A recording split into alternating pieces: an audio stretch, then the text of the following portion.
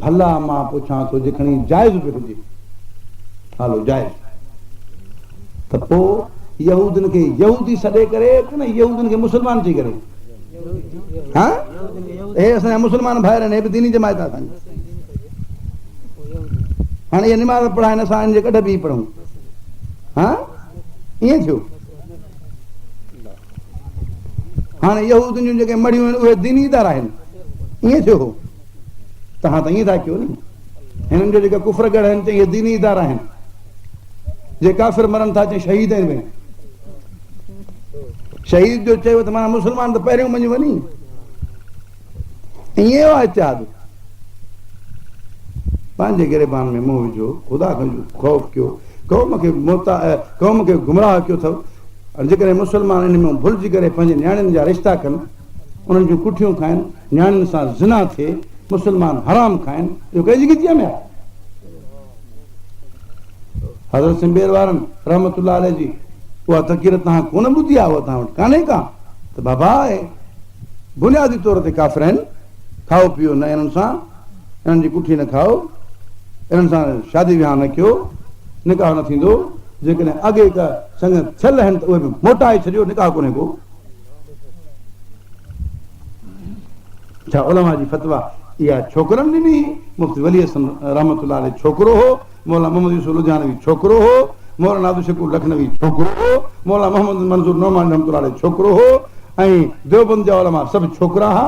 उन महिल तव्हां सभु तव्हांजा वॾा बि छोकिरा हुआ, हाणे तव्हां जवान थिया हो, अची हया कयो। थोरे घणे दुनियावी मफ़ाद ताईं शरीयत मटनि, पोइ बाक़ी हुननि ॾे कहिड़ो ॾोहा चयूं हो हलवे खोर आहिनि, हो हलवे खोर आहिनि, पाण छा खोर थियासीं?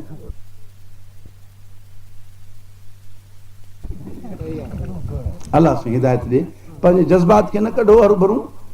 मक़सदु मुंहिंजो इहो न आहे त कंहिंजी दिलाज़ारी, कंहिंजी तौहीन, मसइलो आहे शरई जेको पंहिंजी हद ते रखो। असांजे अकाबिर जो गुस्ताख उहो आहे जेको असांजे अकाबिर जी फतवा खे ग़लति चवे, ऐं अकाबिर उहे जेके हे जहान छॾे विया। हाणे जेके उन्हनि जे तरीक़े ते हलंदा त असांजा वॾा बि आहिनि, असांजा अकाबिर बि आहिनि। जे उन्हनि जे तरीक़े ते न हलंदा त फिरणा गिरणा असांजा अकाबिर बि कोन्हनि। ॻाल्हि आहे छो त पको त उहो आहे जेको हिन जहान में वियो हलियो न, हाणे पक हे न फिरंदो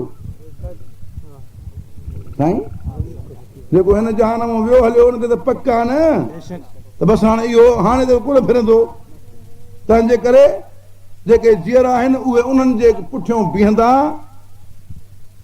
बाबा हज़रत साईं असां वटि हिते हिन गाॾियूं हज़रत साईं बेर शरीफ़ वारनि जूं फतवाऊं तव्हांखे मालूम आहिनि। हज़रत साईं हाफ़िज़ महमूद असद साहिब रहमतुल्लाह अलैह जी फतवा तव्हांखे मालूम आहे न, त लिखियल आम मिले थी। ऐं उहा छापी मूं कोन छापी, जामिया इस्लामिया बिनोरी टोन वारनि। तव्हां खां वधीक ख़त्म नबूवत ऐं इतिहाद जे मामले जी ख़बर उन्हनि खे हुई, मौलाना मोहम्मद यूसुफ साहिब लुधियानवी शहीद रहमतुल्लाह अलैह खे। उहे बुज़ुर्ग जेके हिन जहान में विया हलिया, हाणे पक्का उहे कोन फिरंदा। पोयों जेको उन्हनि जे नक्शे कदम ते हलंदो, उन जूं लतूं असां जूं अखियूं, पर हले असांजे बुज़ुर्गनि जे तरीक़े ते, हक़ ते पको थी डटिजी बीहे। बाक़ी गप जो किलो न असांखे कल्ह खपंदो हो, न अॼु खपंदो आहे।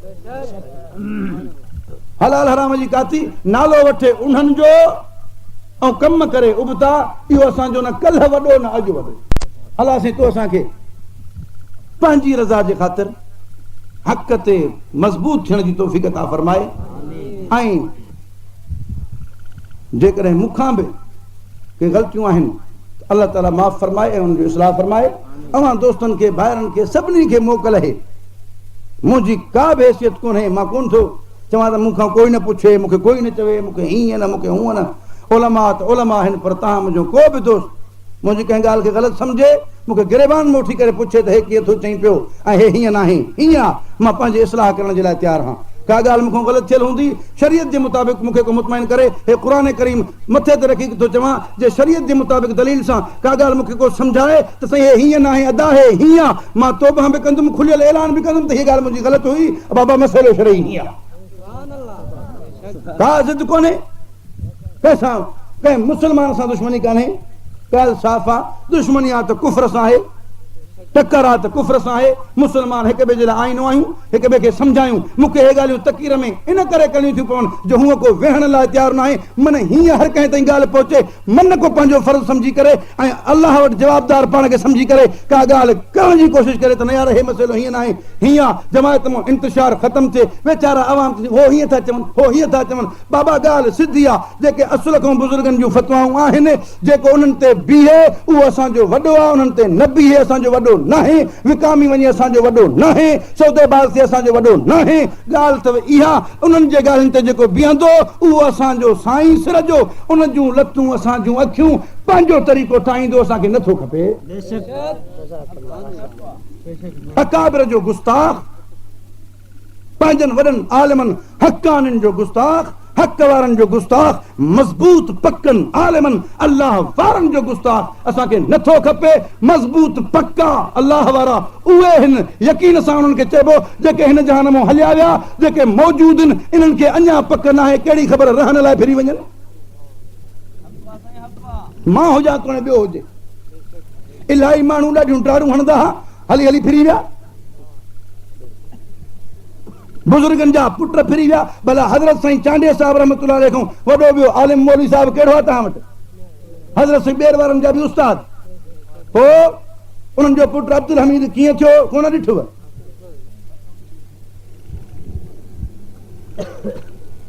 तंहिंजे करे जीअरो माण्हू मन कान मिनकुम मुस्तन्नन फलयस्तन्न बिमन क़द मात, जंहिंखे ताबेदारी करणी आहे त उन्हनि जी करे जेके हिन जहान में विया हलिया। फइन्नल हय्य ला युमन अलैहि, छो त जेको माण्हू जीअरो आहे उन जे मथां को भरोसो न आहे। मौत खां अॻु में को बि माण्हू फिरी सघे थो, मासूम त कोई न आहे।